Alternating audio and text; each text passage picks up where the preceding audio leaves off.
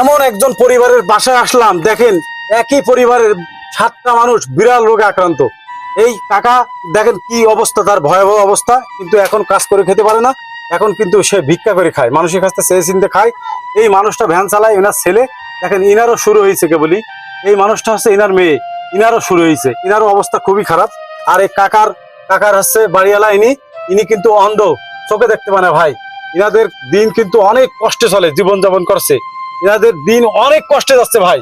আপনারা 10 টাকা, 20 টাকা, 50 টাকা, যে যা পারবেন, যে যা পারবেন এই পরিবারের পাশে দাঁড়াবেন। এনাদের বিকাশ নাম্বার দেওয়া থাকবে, আপনারা সরাসরি যোগাযোগ করবেন। যোগাযোগ করে এনাদের সাথে কথা বলে আপনারা বাংলাদেশ, দেশের বাইরে থেকে যারা ভিডিওটা দেখবেন তারা সাহায্য করবেন ভাই। কাকা, আপনার এই সমস্যাটা কতদিন? ছোট থাকতে আছে। ছোট থাকতে আপনি কি করে খান এখন? আমি সাহায্য করে চাই। সাহায্য তুলে খান। আমার ভিডিওটা যারা দেখবে, আপনি তাদের কাছে কি চান? তারপরে সাহায্য চাই। আপনার তাদের কাছে সাহায্য চান? তারপরে সাহায্য চাই। কাকিমা, আপনার কি হয়েছে?